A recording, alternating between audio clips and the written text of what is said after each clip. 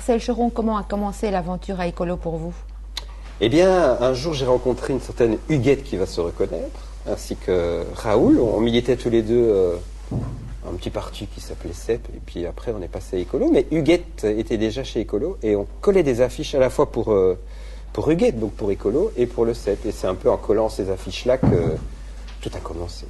Ah, ben nous n'avons pas les mêmes informations. Nous avons une mère fondatrice d'Écolo qui dit que vous êtes entré à Écolo après des réunions secrètes qu'elle a tenues avec 2 autres hommes. Des hommes? J'ignore. Mais moi, je sais qu'en tout cas, c'était commencé avec des affiches. Et puis après, on a fait des réunions. Mais Secrètes, les réunions? toutes les réunions sont toujours un peu secrètes. D'accord. Et dites-moi, vous étiez donc pas là il y a 25 ans à Écolo?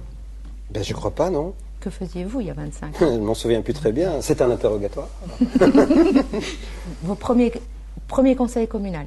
88. Vous vous en souvenez? Ah oui, très bien. Je me souviens, j'avais préparé une très très longue intervention sur les nitrates dans l'eau de consommation.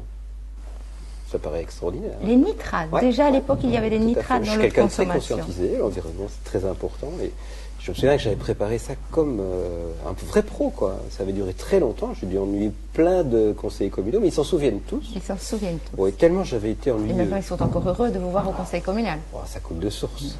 Quels étaient les grands thèmes abordés au moment de votre entrée à Écolo? Ah, les grands thèmes, c'était déjà les grands thèmes d'aujourd'hui. C'est choisir l'économie, je me souviens. C'était une des campagnes d'Écolo. Le progrès, ça se choisit. C'est revenu terriblement d'actualité. Mais donc, moi, j'ai commencé par le niveau communal et puis après le niveau fédéral. Donc, ces grands enjeux-là n'ont pas tellement vieilli, en fait. Et c'était déjà ce qu'on connaît aujourd'hui. Et on a démarré les majorités fort vite dans les communes en Brabant Wallon et puis maintenant à la province. Comment avez-vous ressenti cette participation aux majorités alors que votre première question portait sur les nitrates dans les eaux à Nivelles?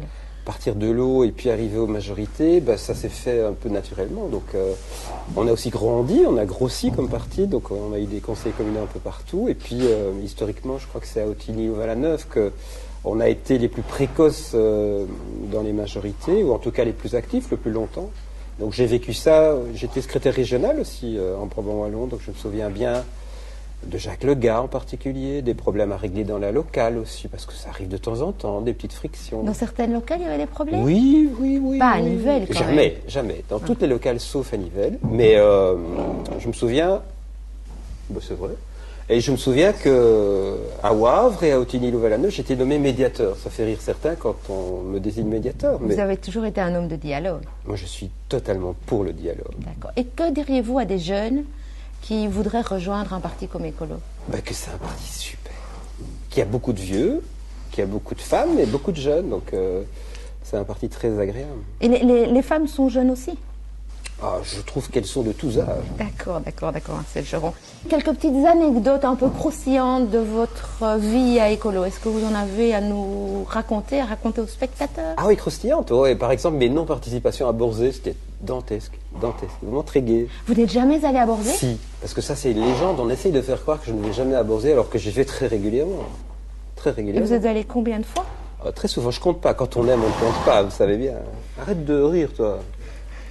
Marcel Cheron, où est l'or de Jack Green? Ne tirez pas dans nos cœurs. Merci Marcel Cheron. Je vous en supplie.